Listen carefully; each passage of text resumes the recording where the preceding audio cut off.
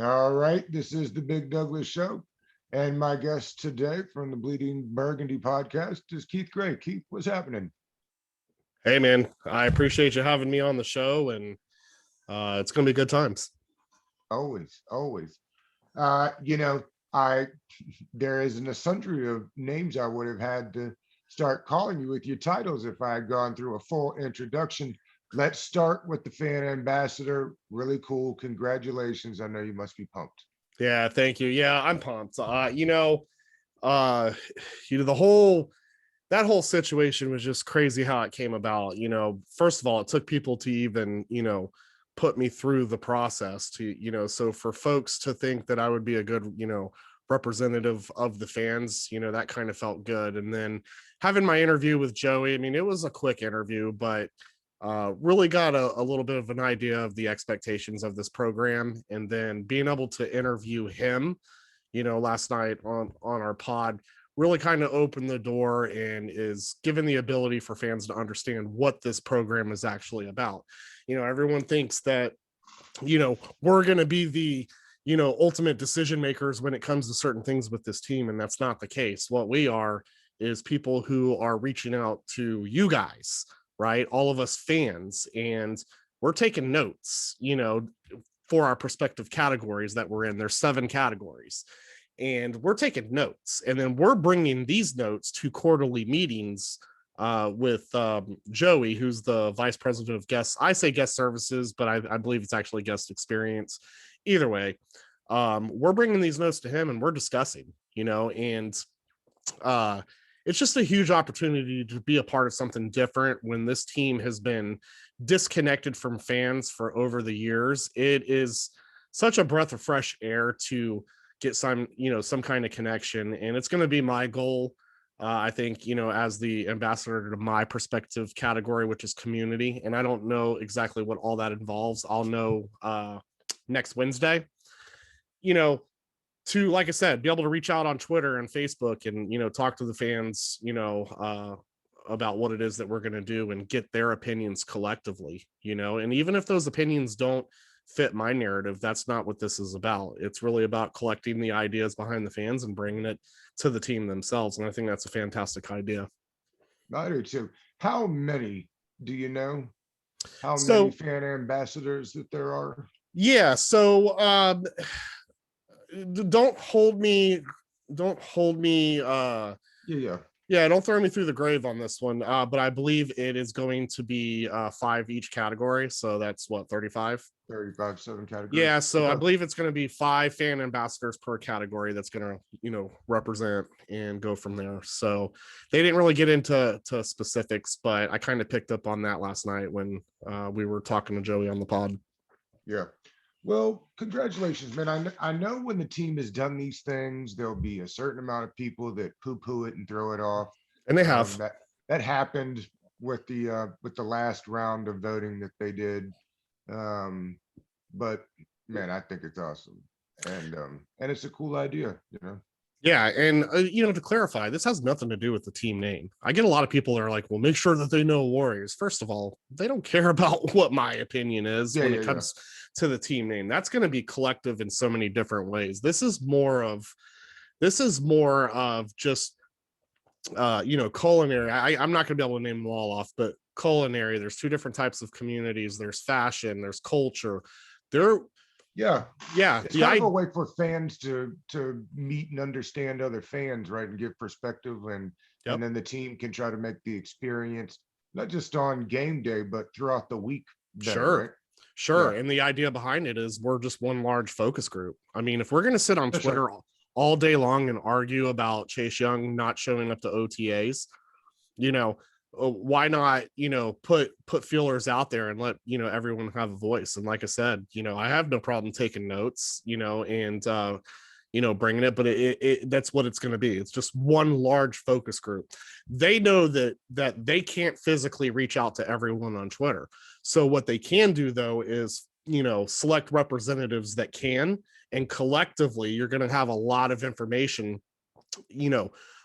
from the fan ambassadors that are actually coming from the fans. And so that's the biggest part about this whole thing. And so the way that I'm going to proceed through this is I want as many people that communicate with me on Twitter to feel like that they're going to have a voice, and I'm damn sure going to make sure that they have one for sure. All right. Now, the other big news you were telling me before the show started, and I did not know this, so I'm excited that maybe we're debuting something here on the show, but you will be a hog farmer. Is that right? Yeah, man, I'm telling you. I wasn't expecting the announcement to be made today, but I'm super excited that they decided to do so. For the past month, I've been behind the scenes helping them out, kind of understanding their structure, understanding what it is that they do, and determining whether I can commit 100% to it, because it's not going to be easy, especially with me living in New Jersey. So, we had many conversations, but they approached me. And to be honest, I was shocked because a lot of people have the perception of the hog farmers as being, rah fans. And, let's be honest. I mean, it's for a charity organization. Are they going to, trash players and do some of the things that, we all do, may do on Twitter? No, they're not going to, because they have to represent themselves, especially now that they are a legit charity organization. They have to represent themselves professionally. I mean, they are helping families who have children, pediatric cancer. So, no one wants to see a bunch of, beer drinking, chugging liquor, and just acting a fool. Like, it's a professional thing that they're doing now. And so people may wonder, well, why would they invite the troll in? Like, this guy has done nothing but troll for years, and, it just doesn't seem like it's a fit. And, the funny thing is I don't have to change who I am, and that was the first thing that was told to me was, we don't want you changing who you are, just look at yourself as an adult and know, and I told them, I said, I'll look at myself as an adult, and I'll know when I can, and I'll know when I can't. That's what we all do with anything in life, so that's just the way that I see it. So when it comes down to, am I a perfect fit? Well, I'm not the rah fit, because I'm telling you, the team loses, you're going to see me on Twitter, and everyone's going to feel what I'm saying. Just like when people get mad as well, I feel what they're saying too. I'm not going to change that. If you suck, you suck. But if you're doing well, then you're going to get praise. And I'm always going to keep that same mentality, but I can clean some stuff up. I don't need to, excuse me, I don't need to cuss people out. I don't need to argue with people on Twitter anymore. Like, those days are done, So when they approached me with the idea behind this, it was more of, what can I do to be a role model for my kids? I've always wanted to help. I've helped in different ways, even on Twitter. It was, what can I do, though, that my kids can see that, hey, my dad, when my time on earth is up, what are my kids going to say about me? Because right now, the only thing they can say, yeah, he was a great dad. Yeah, he took us places. What did I do, though, that made an impact? And that's kind of where my mindset was, is I more want to help make an impact in other people's lives. And since they opened the door for me to do this, absolutely 100% I'm in. So, I'm going to stick with it and give the commitment and do what I can. And, people make fun of, and I'll bring this up too, I've seen it before in the past. People make fun of, their get up, right? The bibs and stuff like that. I'll look goofy any day and not care, because at the end of the day, it's for those kids. So if that means that I'm looking goofy. Did you see me at draft? Did you see what I was wearing at draft day? If anyone thinks that I care about the way I look in front of people, they're sadly mistaken. So, and even with that, I can be me. They're like, no, you don't have to have the hard hats. You don't have to do, the whole nine. You can, wear some of our stuff and, still become you. And that's what I'm going to do. So if I have to break out the John Riggins wig again and become a John Riggins hog farmer, then that's what I'm going to do. So that's the fun part about this whole thing. And I'm just here now, basically, like I said, to change some of the perception on some of the naysayers, because like I said, for the past month, I've seen the hard work that they put in for those kids. And not one time in that hard work where they're like, ooh, we're doing this for perks and privileges. Get out of here. It's not even for that. So I definitely want to bring their behind the scenes to light. And that's what I'm going to do, because two guys started this along with another guy, but The two guys that are currently, there, Chris and Jeff, they started this. I'm not going to embarrass them, but I do want people to know the reasoning behind why they started this organization to begin with. Well, there is no more noble a cause than childhood cancer. It's near and dear to my heart. We lost a dear family friend, Trevor Blake, some years ago to Wow. childhood cancer. So I love the work that they do, and I'm proud of you for getting in there and then doing with them. Yeah, I appreciate that. Thank you. I know I'm long-winded about it, but No, it's it's just, important. I love it. yeah, it's important. It's just it's a passionate thing that I've always wanted to do, but how I carried myself on Twitter for, a few years wasn't going to, give me that opportunity. And, through the years I've evolved, as a person. I've evolved at, saying, instead of making enemies, let's make friends, because at the end of the day, if I'm at these games, these are people that I want to hang out with. Why not? I'm talking to them every day. So, but I'm still going to be goofy. I'm still going to do stupid stuff and say stupid stuff. And people are going to, get on me about it. And I'm fine with that. That's just the way I want. But, I can be a nice troll, and that's the way I'm going to do it. All right, let's get to some on the field stuff. I told you we'd start Yep. each Friday here on the show. We'll break down a different position group. This week we'll do wide receivers.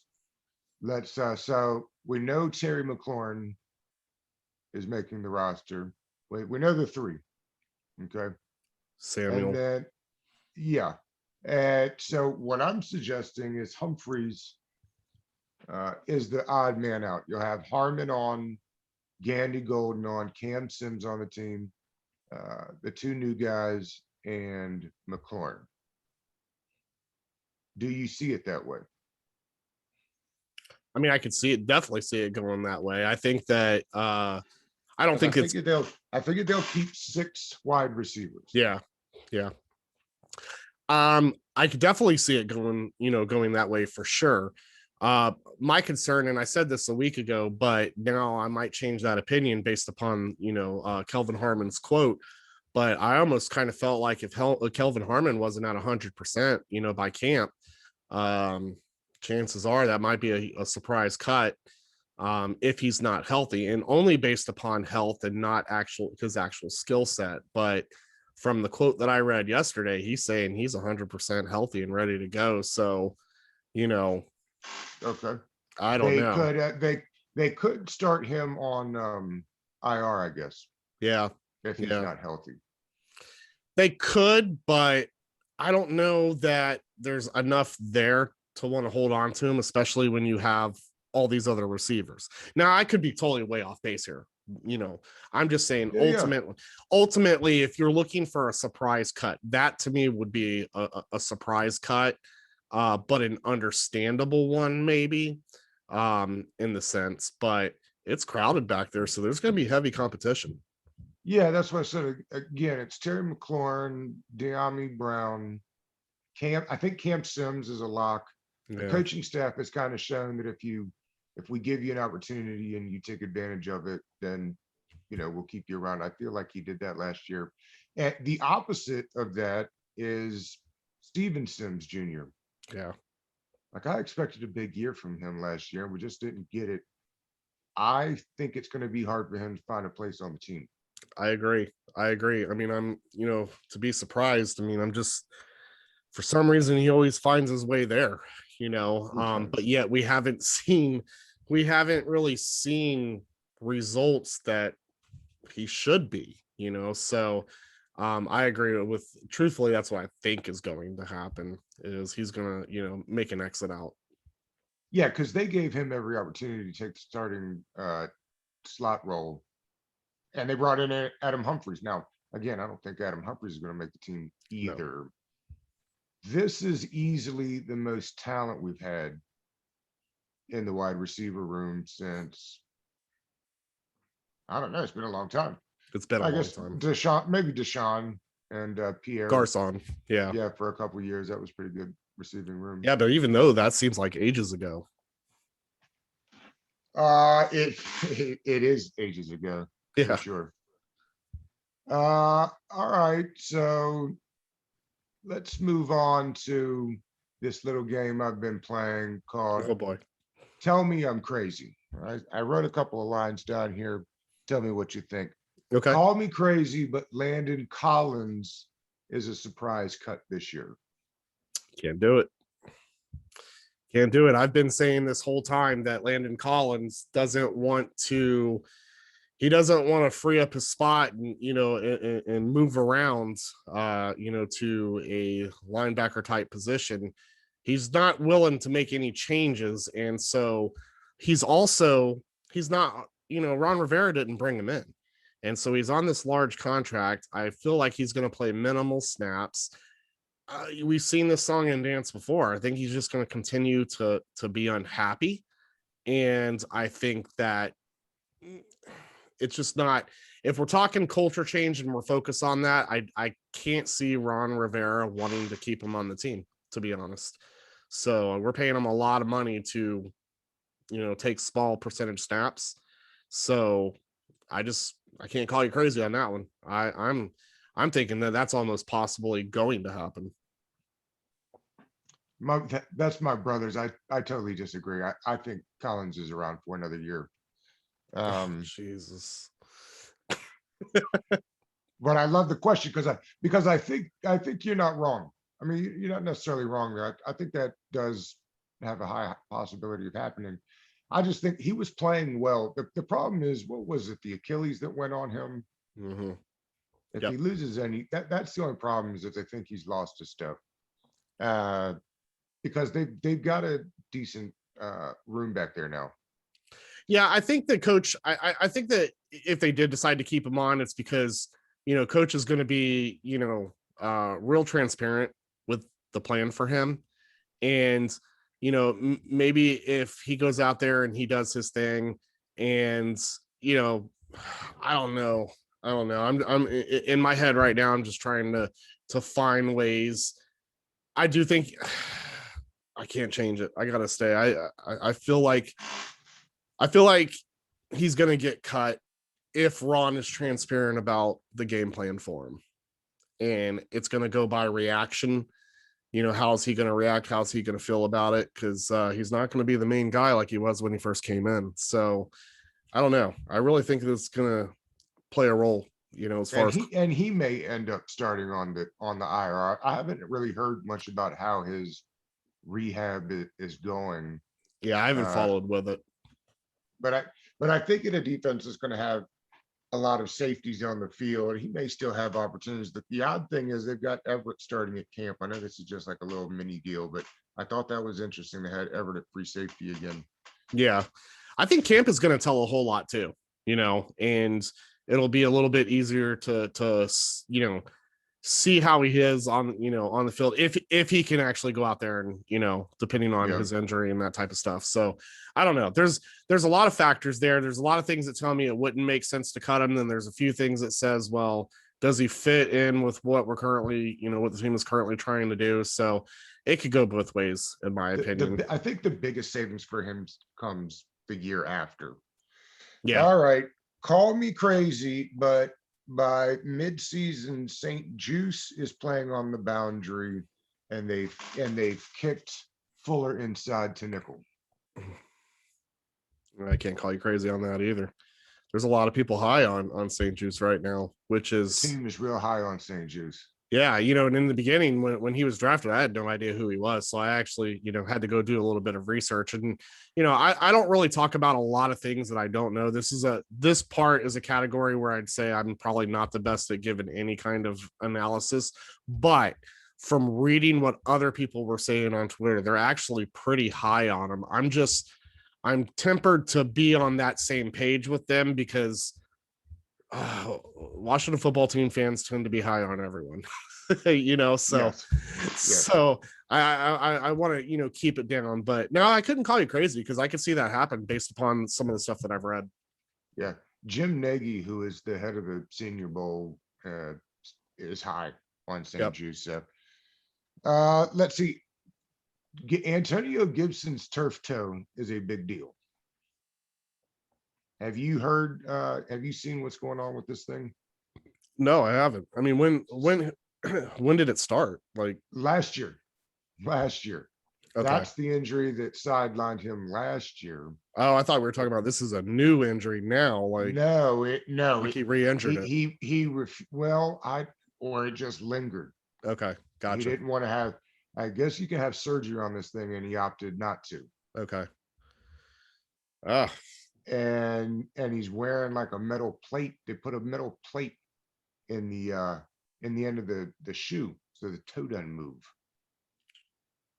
And apparently he said he's still like working through load management on the toe. So well, what's I mean, as far as the injury last year and then coming this year, if he opted to not have surgery, what's gonna be the difference? I mean, he missed games, so could that very well happen, this year if we're choosing not to have surgery?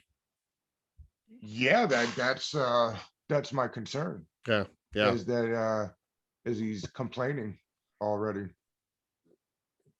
I don't know because we definitely don't have great depth at the running back spot. We have the right people in place, the role playing running backs to do what they need Yeah. to do, but we don't have anyone that I feel that can replace Gibson. No, and that's what surprises me. It's what I guess gives me hope that that injury isn't as bad as it may seem, because other than adding Patterson, the undrafted free agent, Right, they didn't draft anybody.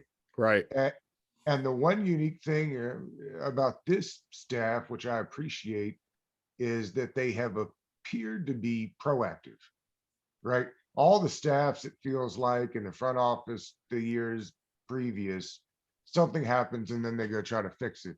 These guys feel like they've got a plan in place in case something terrible happens, like Antonio Gibson not being a premier running back because people around the league expect him to be big business. right, right. Well, I guess too, like I'd be interested to know why he elected, you know, who was talking to him, why he would elect to not have surgery.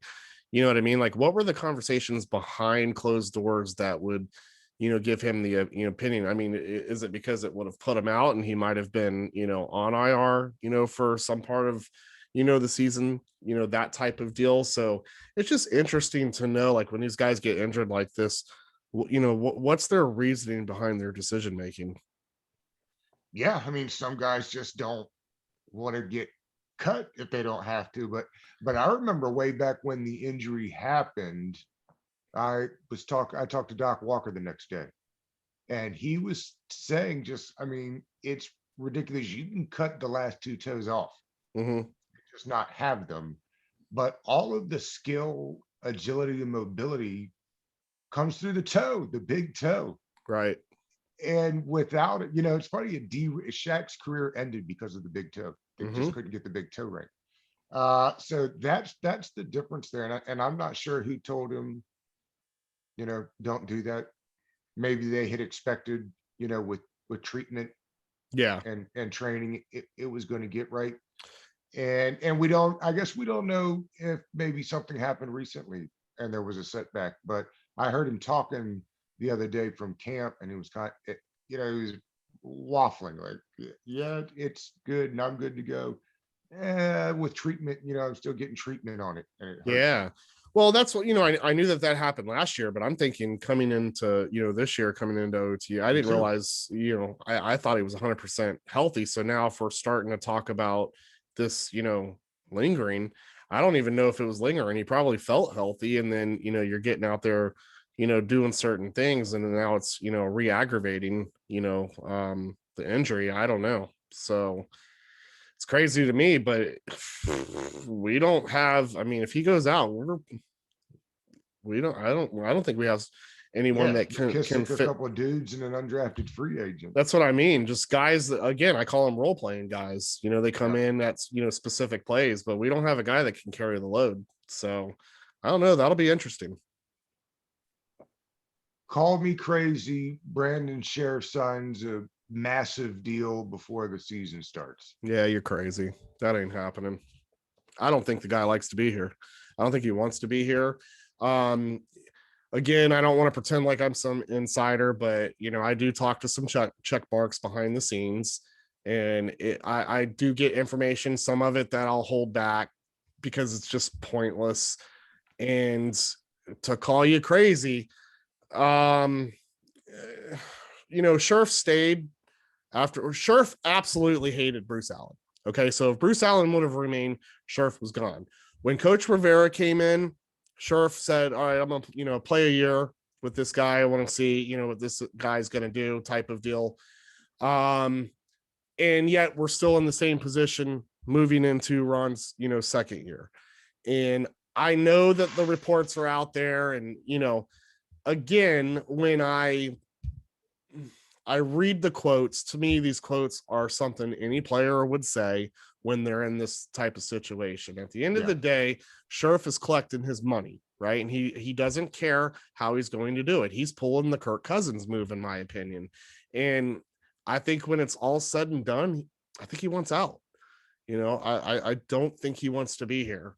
But again, you watch his videos, where they're interviewing him, his attitude reflects differently. So I could be 100% Well, Kirk wrong. Cousins said those exact same things. Hey, I was at an event, right? A 106.7 event that Grant and Danny held that had Kirk Cousins there. And Kirk Cousins said all the beautiful, right things that, which a lot of people are like, well, why do you hate Kirk so much? Not to get into that whole story, but I understand football is a business. But how could you sit there at an end of the year event, literally a couple days after your last game of the season, and know that there's kids there and say the things that you're saying, knowing damn good and well you weren't staying here, you were heading on out. So you gave these kids hope for no reason. And so from that point forward, and is he the only one to ever do that? No. It just so happens that I already had my personal opinions about him, and it just made it worse, right? So again, like I said, I could be wrong because Brandon was all nice on the camera. He actually talked. I see him as a introvert, right? Is that right? Yeah. I see him as a very quiet guy. He likes to hunt. He stays to himself. He doesn't, he's just a quiet guy. But when you see him when they're on an interview, I mean, super friendly, makes you feel like he wants to be here. I just don't think he does, because if he did, I feel like a contract would have been signed a while ago. They've offered him a ton of money. I know they have, and he turned it down. He doesn't want it. And so that tells me you're here for the ride. And when it's your time to ride out, peace. And I think that's what he's going to do. It actually doesn't offend me. I don't like the idea of paying him 16, 17 million dollars at his position anyway. So I hope it doesn't. I do think they'll make one more attempt to give him some real money with whatever he wants, outs at the end or whatever it is, because I will assume, and we'll get to offensive line next week, but I would assume that Cosme's going to start at right tackle, and to be able to have an all-pro next to him, I think they probably feel like that's important. Yeah. It would be nice to not have like a whole youth movement on one side. Yeah. The thing with me with him though is the injuries have been a concern. And yes, you know what I mean? And not to say that he is not great at his position, because he is, but it's not a dime a dozen position. You can find younger guys too to fill in that role. I'm not going to compare and say one's going to be better than the other, but I don't know, just the injuries were very annoying. And then to me, when I feel like you're not on the field 100% and yet you still want more money for what, but that's the way that, the business works, and excuse me. And it is what it is. But I feel like Ron's cheap too, in a good way. They've been pleasantly frugal. Yep. And so because Bruce was, but he was frugal on the wrong guys, right? I mean, they didn't spend a ton of money under Bruce. He just didn't know how to spend it. Correct. He didn't spend These it in the right guys areas. are getting, like, Charles Leno's base is like $1.5 million this year. Yep. Same thing with McCain. So if McCain doesn't work out, I mean, they could just move him out, no problem. Right. Yeah. And that's why I say, Ron's cheap. So do they extend the contract? Maybe they do. I wouldn't call that crazy, but I I think it's going to be a different story come next season. You think Jay-Z's going to end up buying a piece of the team? You see this thing? Does that I, entice you? I mean, I don't really have an opinion either way, other than if he does, cool. Because what I think it's going to bring, there's a lot of flavor in the, DMV. There's a Oh, lot yeah. of there's a lot of culture there, and that's what Jay-Z is going to bring, is some, another type of culture that I think people feel like that they can relate to. So if it does happen, I think it could be a great thing, as far as partnership. I see no issues with it at all. You know, Yeah. Jay-Z's king. Jay-Z's The king N- in my eyes. So no doubt. The bring NFL the just king. loaned Danny another 200 million to get all those stakes. So I'm sure they can find a way to encourage him to add a minority owner. Yep. Uh, Keith, tell the folks where to find you. What you got coming up next? Well, man, I don't know what I have. I don't even know if I'm coming or going now at this point. It's I been a this busy week for you. It has, like, I'm gonna have to literally do what my wife does and start pulling out a planner and writing stuff down. But we, of course, on the Bleeding Burgundy podcast, we record on Tuesday nights and try to drop it out. So that there, we got to catch up to all you guys, man. You guys are getting some great interviewees, and we're over here just playing around impersonating people. So we got to quit doing that and get a little serious too. But we got that going on Tuesday nights, and now, with you, anytime you need me to come on and help you out, I'm here for you as always. Yeah. And other than that, you can find me on Twitter, KGskins26, and let's go on for the ride and have a good time. All right, buddy. Appreciate you. We'll see you next time. Absolutely, Doug. I appreciate you. All right.